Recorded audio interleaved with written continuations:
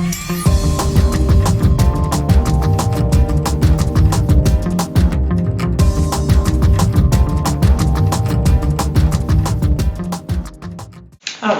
the next film I'm going to discuss here is called Jolene, which came out in 2008.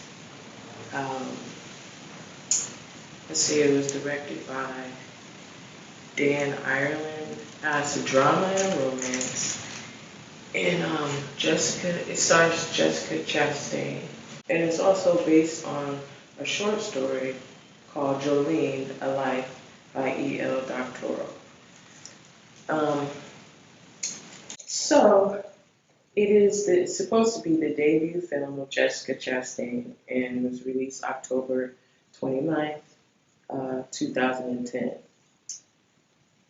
So it's a coming of age film about an orphan, a teenage girl who finds herself through numerous experiences spanning 10 years on the road. And so some things that she experiences are out of her control, and there are like non-stop surprises. This movie surprised even me, which that's kind of hard to do. But Jessica Chastain, she falls into this role like effortlessly with ease. Um, After this film, I suggest you check out, if you haven't already, Miss Sloane, because I feel like Jessica Chastain did a very good job in that movie as well. So we're just going to go into the next film here, which is called Alice, and it came out in 1990, and this film was a comedy, and it's directed by Woody Allen. The funny thing is, it's just a lot of people have different views of Woody Allen, but I like him. You know, his humor is funny to me. But alas, a Manhattan wife is bored with her life and her husband, and so she develops an affection for another.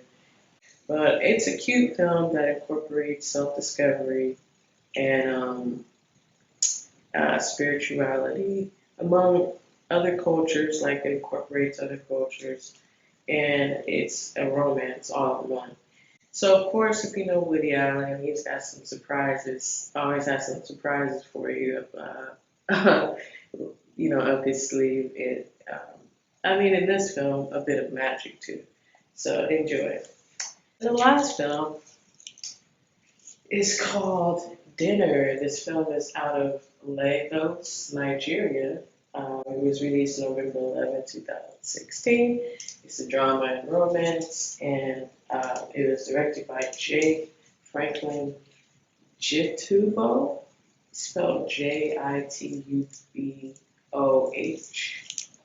I don't want to mess it up, but it says, October is Domestic Violence Awareness Month. Not that there's any domestic violence in this movie, but tensions do arise in this film because of the truth being revealed, and that's where a lot of times domestic violence stems from. This film is a bit dramatic, but it's for a good cause, not for a good cause, but for good reason.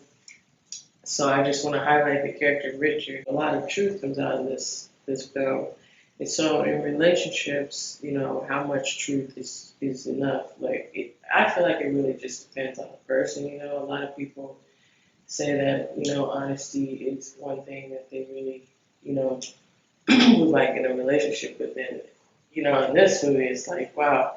One of the things that one of the characters said was, I was going to tell you, I was just waiting for the right time. So yeah, that too, like when is the right time? Like if it's a really new relationship, how much, truth is, good enough. Some people like lie and do small, they think it's a small lie in the beginning, but, so that they don't scare the person off. There's never really a right time. You just have to jump out and do it because then the person is going to question, why didn't you tell me blah, blah, blah? They do.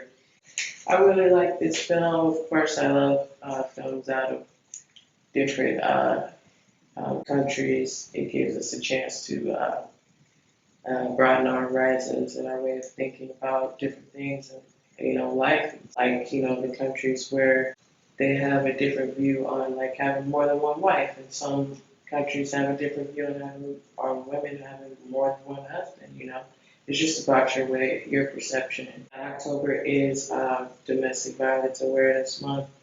So myself being a survivor, I just wanted to just kind of encourage those. I know some people may be, having to live and stay in close quarters with their abuser during this time of quarantine. So the power is, within you to make the decision to leave or that situation, or even if you might be saying, that you love the person and all that, but you gotta question like what really is, love if it, love shouldn't involve, pain. People, if you know people that are dealing with domestic violence, and you can't really like rush that kind of a thing. So I just encourage even people who know people who are dealing with domestic violence to have patience with them, and because a lot of people talk about, oh, well, why would they go back, or like why won't they leave? It's kind of like when you have your heartstrings involved, and